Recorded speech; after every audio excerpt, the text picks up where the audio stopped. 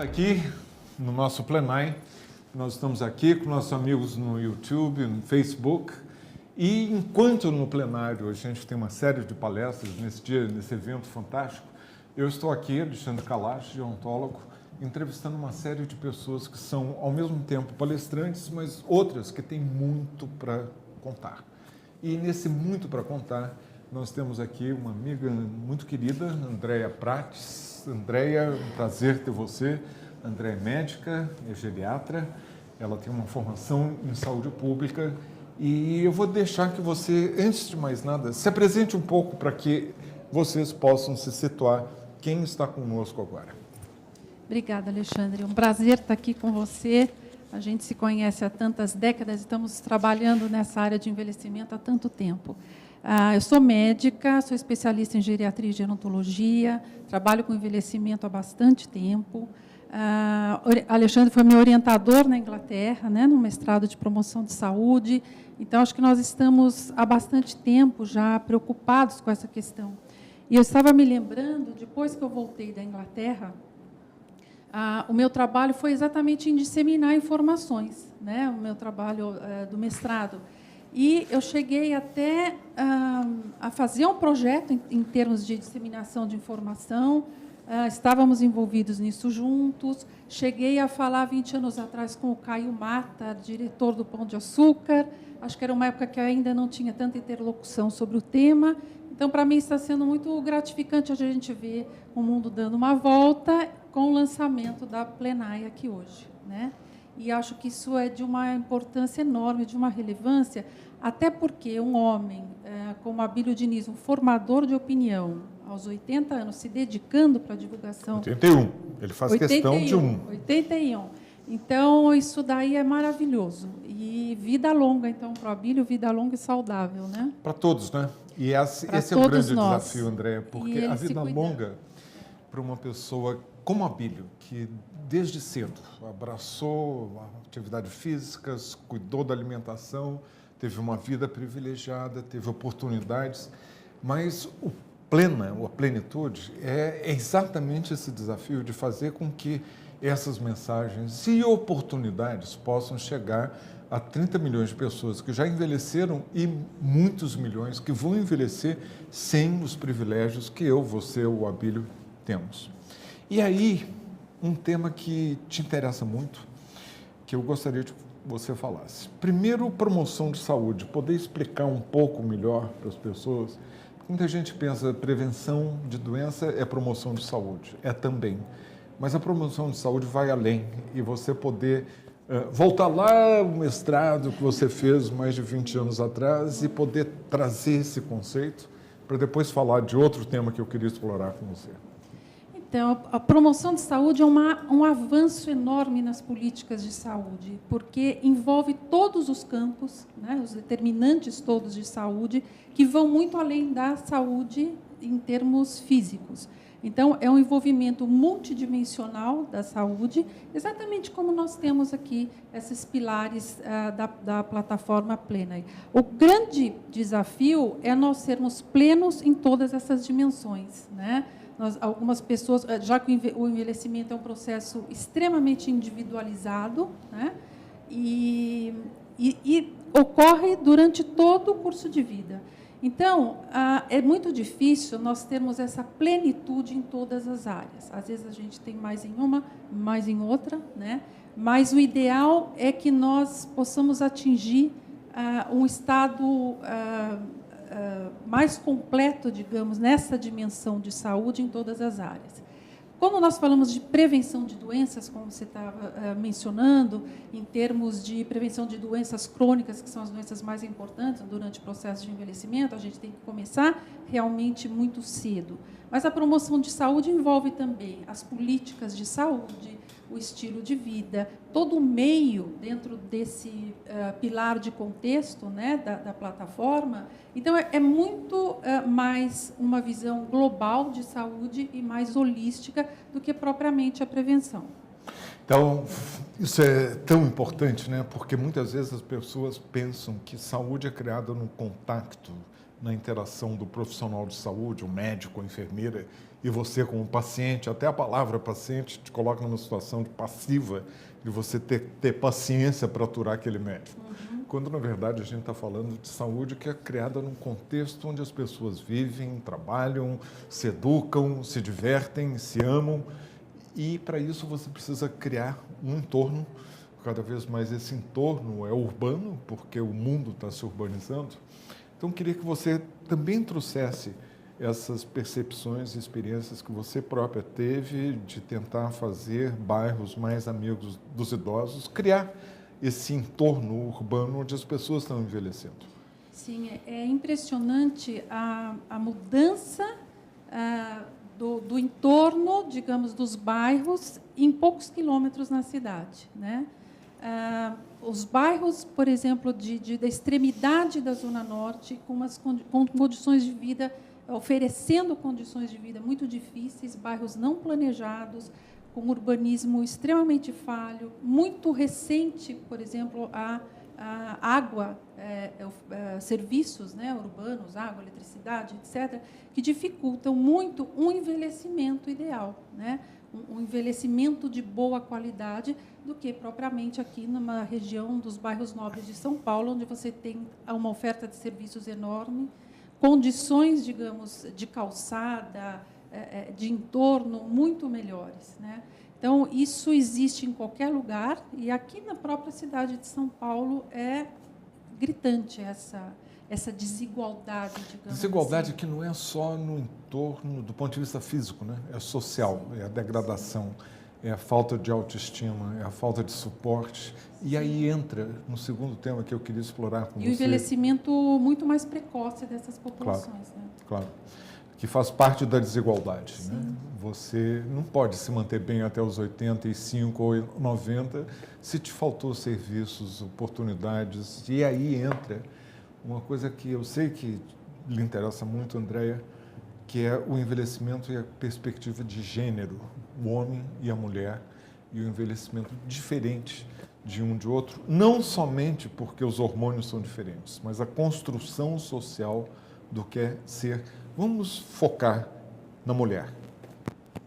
Então, é muito interessante porque eu estudo envelhecimento há mais de 30 anos, vamos dizer assim, e eu também estou envelhecendo. Então, foi como que eu fui percebendo todas as questões envolvendo as mulheres, além do plano teórico e de estudo, e etc. Então, a gente começa a refletir que todo esse discurso de desigualdade de gênero, que é muito atual hoje em dia, muito necessário, mas ele precisa adquirir uma perspectiva de curso de vida, porque as mulheres, elas vivem mais, mas elas têm uma expectativa de vida saudável menor que a dos homens. Então, a tendência é que as mulheres tenham mais doenças crônicas e convivam maior tempo com elas e ainda apresentem mais incapacidades, né? Saindo um pouco só dessa questão de saúde, a gente pegando, por exemplo, esses pilares, quando a gente fala sobre a mente, as mulheres são extremamente sobrecarregadas, né? Desde tempos ancestrais, a mulher estava amamentando, mexendo uma panela, isso não muda. Multitarefa, mas isso não mudou, né? Então, assim, em muito poucos lares você tem uma divisão de tarefas domésticas. E hoje as mulheres têm uma vida extremamente complexa. Elas trabalham também e lidam com uma série de outras questões. Então, uma desigualdade salarial, ela tem um impacto na velhice, porque as mulheres também mais velhas, elas tendem a viver na pobreza. E porque as mulheres também não se preocupavam tanto em gerar uma renda como atualmente, né? Então, todas essas questões de desigualdades, desse discurso muito atual, precisa ser pensado dentro dessa perspectiva. Se planejar muito mais cedo a questão de envelhecimento das mulheres. Então, não é só... Por exemplo, eu observo muitos grupos de discussão em redes sociais, uma preocupação grande, primeiro com os hormônios, ou com menopausa, ou com os cuidados de beleza, mas a discussão é muito mais profunda que essa. É mais ou menos isso que eu acho que é importante a gente começar a discutir muito mais. Uma questão também que as pessoas discutem, as mulheres, eu vejo que discutem tanto, é porque a sociedade também é muito mais cruel com as mulheres em termos de envelhecimento. Se a gente vive numa construção social em que há uma cobrança das pessoas para não envelhecerem, para manter a juventude, isso é muito maior com relação às mulheres também. Então, é mais difícil elas se adaptarem a um processo de envelhecimento onde existem mudanças, sem dúvida, mas que existem uma série de benefícios também, né? Importante você ter chamado a atenção a esse aspecto. As mulheres vivem mais, mas não necessariamente com qualidade de vida. As mulheres têm problemas de saúde que não matam, mas que incapacitam, os problemas, sobretudo, osteomusculares. Então, você já tem essa sobrecarga. As mulheres têm o mau hábito, eu costumo dizer, de se casarem com homens mais velhos. Se as mulheres vivem mais tempo, e se há uma diferença grande, no Brasil, muito grande, 7 anos de expectativa de vida, é de se esperar que essa mulher vai ficar viúva muito tempo. Então, você tem o problema da solidão. Você tem o problema da pobreza, que a pobreza tem um gênero, ela é muito mais feminina do que masculina. E você tem uma falta de acesso a oportunidades. Basta ver uma foto do ministério atual, onde não tem mulher.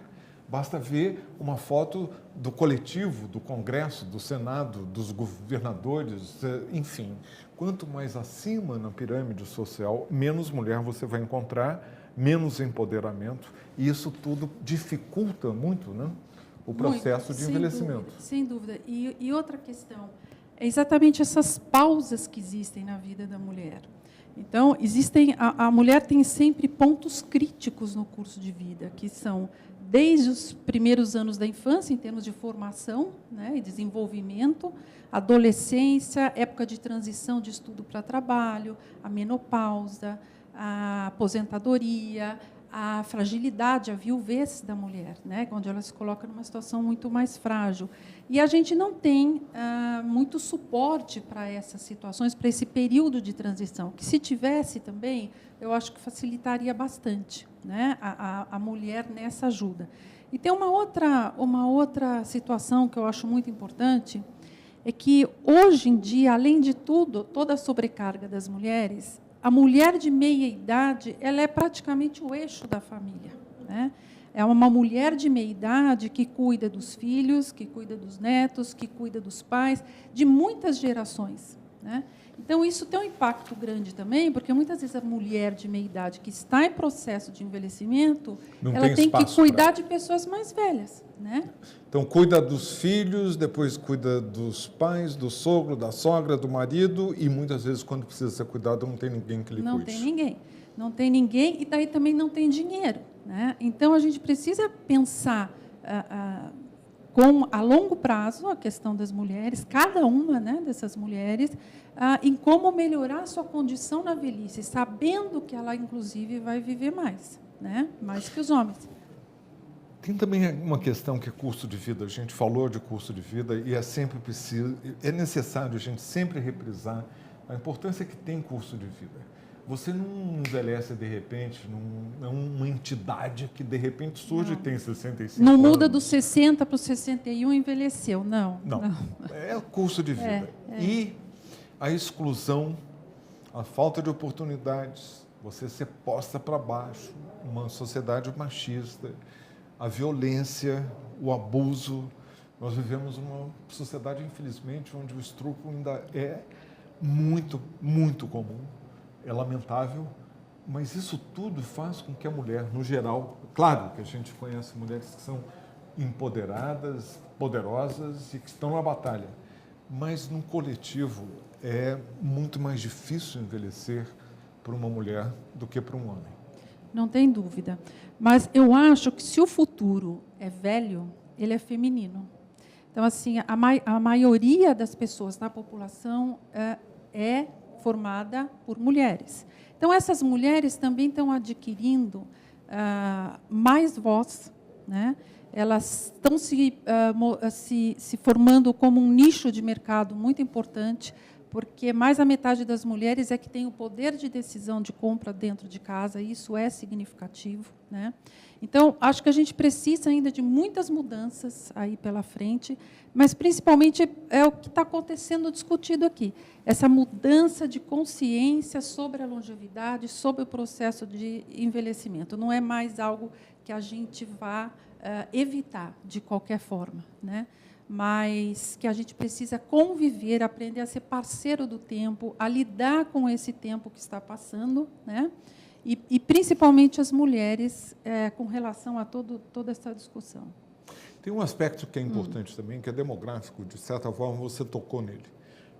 Quando uma sociedade começa a envelhecer, primeiro há um período de adaptação, você tem pessoas chegando ao topo, as pessoas estão vivendo mais, e aí começa a diminuir a taxa de natalidade, e é o que o Brasil está experimentando de uma forma muito rápida, e pouco a pouco vai ter menos criança, menos adolescente, menos adulto jovem, e a sociedade vai lançar mão do manancial de mão de obra que existe ali, e é exatamente o que está acontecendo no Brasil. Essa virada, que é o país vai precisar que as mulheres participem mais da força de trabalho. Muitas mulheres estão mais capacitadas porque tiveram um nível educacional muito maior do que as mães, que dirá das avós. Mas o preconceito continua. E quando você vai para as empresas e você vê quem são os chefes, os diretores, os executivos, ainda há um predomínio muito maior, não é só na política, não, em todos os cargos executivos. Sim. Quanto mais alto, nos conselhos de empresas, praticamente você não encontra mulheres. É falta de oportunidade. Acho que as mulheres elas sofrem um duplo preconceito, com a idade e também com relação ao gênero, né? Você tocou nesse assunto exatamente das empresas, e acho que está tendo um movimento grande agora com relação a essa diferença salarial, com a questão de os homens ajudarem também mais, ou não tanto, digamos, não ajudar, mas dividir essas tarefas domésticas. Porque é isso curioso é um cargo essa expressão, né, grande. Andréia, que a gente usa, porque quando a mulher trabalha, ela ajuda na renda da família. Sim. Às vezes ela até pode ter o salário mais alto que o do marido, mas ela que ajuda. E quando o marido faz alguma coisa em casa... É o máximo. É o máximo. Ele ajuda. Eu tenho um marido tão bom, ele ajuda. E é uma obrigação, né? Não é só por ser obrigação, é solidariedade, a gente está no mesmo barco. Sim. E foi o que hoje eu tive a oportunidade, na fala inicial, de falar de criar uma cultura do cuidado. De você se cuidar, de cuidar dos outros, de ser cuidado, de você saber que você também é responsável pelo cuidado que uma sociedade que envelhece tão rapidamente exige. Você é otimista? Você, como mulher? Bom, eu sou sempre otimista. Sou sempre otimista. Eu acho que a tendência é realmente mudar, né, tudo isso. Mas eu acho que me preocupa muito essa questão do cuidado, porque o cuidar na nossa construção social também é uma tarefa feminina. É a mulher que cuida. Mas né? não há dúvida, por que isso... acaba exatamente sobrecarregando ainda mais a mulher, né? Então, essa solidariedade de cuidado e tudo mais diz respeito... Isso está na essência do que a gente fala. Sim, e diz respeito à humanidade, né? O aspecto eu disse humanista hoje, mais cedo, aqui numa das entrevistas, de que o verbo cuidar para os homens é tu cuidas, ele cuida, ela cuida, vós cuidais, eles cuidam. Não tem nada a ver comigo. Não. Eu quero receber cuidado. Sim. E enquanto isso não mudar, se a gente não compartilhar de uma forma solidária, acaba que nós próprios, homens, vamos acabar sofrendo, porque não é possível que as mulheres façam tudo, trabalhem, cuidem de todos, e a gente fica aqui belezoca. Eu diria até que mindfulness é muito importante para as mulheres, porque essa sobrecarga mental, psíquica que elas têm é muito grande e gera um estresse enorme, né? Eu só queria te falar uma coisa a respeito de otimismo. Sabe por que eu sou assim bastante otimista? Eu acho que nós estamos chegando numa geração de mulheres extremamente preparadas. Nós nunca tivemos uma geração de mulheres com o nível educacional que a gente teve, né, até agora. Então, acho que a tendência é realmente mudar esses papéis. Eu assim espero, Andréia, mas a gente ainda tem uma quantidade imensa de meninas, adolescentes e adultas jovens que não estão preparadas em absoluto, porque a sociedade não cuidou delas. Então a gente tem que estar de olho em são as gerações que vão envelhecer num país ainda com muita desigualdade. Desafios imensos, Muito mas obrigado. A gente está aí para isso. Né? Super obrigado, Tá, Andréia. Obrigada a você.